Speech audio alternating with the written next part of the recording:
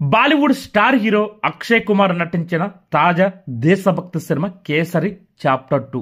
కరణ్ సింగ్ త్యాగి దర్శకత్వం వహించిన ఈ సినిమా ఏప్రిల్ 18వ తారీఖున బాలీవుడ్ లో రిలీజ్ అయి మంచి టాక్ సంపాదించుకుంది. ఇప్పుడు ఈ సినిమా తెలుగులో విడుదల కాబోతుంది. 1919వ సంవత్సరంలో జరిగిన జలియన్వాలా బాగ్ మారణకాండ ఉదంతాన్ని ఆధారంగా చేసుకుని తెరకెక్కిన ఈ సినిమా ఎలా ఉందో మన రివ్యూలోకి వెళ్ళి తెలుసుకుందాం. ఈ సినిమా ఎలా ఉందంటే, శతాబ్దం క్రితం ఇండియాలో చోటు చేసుకున్న జలియన్వాలా బాగ్ దురంతాన్ని ఇప్పటికీ ఎవరు మర్చిపోలేం. శాంతియుతంగా నిరసన తెలుపుతున్న భారతీయులపై నాటి బ్రిటిష్ పాలకులు జరిపిన మారణకాండ గురించి పుస్తకాలలో చదివాం. భారతీయ న్యాయవాది అయిన శంకరన్ చేసిన న్యాయ పోరాటం గురించి కూడా విన్నాం. ఈ రెండింటికి దుశ్యరూపమిస్తే అది కేసరి చాప్టర్ 2 సినిమా అవుతుంది.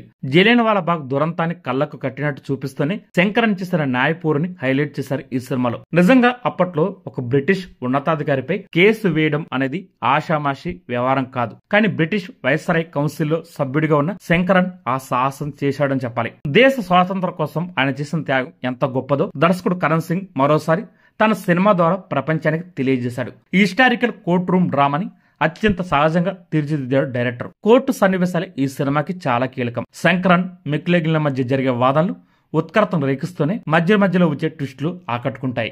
జలియన్వాలా బాగ్ ఘటన సన్నివేశంతో ఈ సినిమా ప్రారంభమవుతుంది. ఆ తర్వాత శంకరన్ నేపథ్యం, కమిషన్ ఏర్పాటు వరకు కథనం నెమ్మదిగా సాగుతుంది. శంకరన్ డయ్యర్ కు వ్యతిరేకంగా వాదించడం మొదలుపెట్టినప్పటి నుంచి కథనంపై ఆసక్తి పెరుగుతుంది.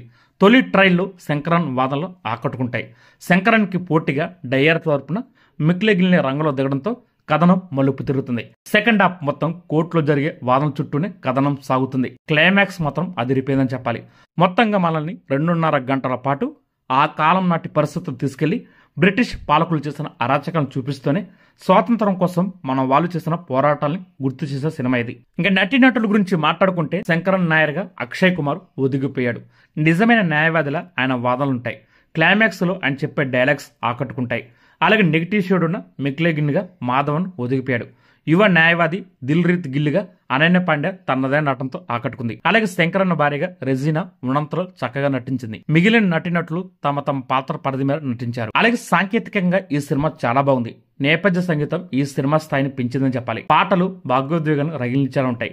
సినిమా ఫోటోగ్రఫీ బాగుంది. ఆర్ట్ డిపార్ట్మెంట్ పనితీరు అద్భుతం అని చెప్పాలి.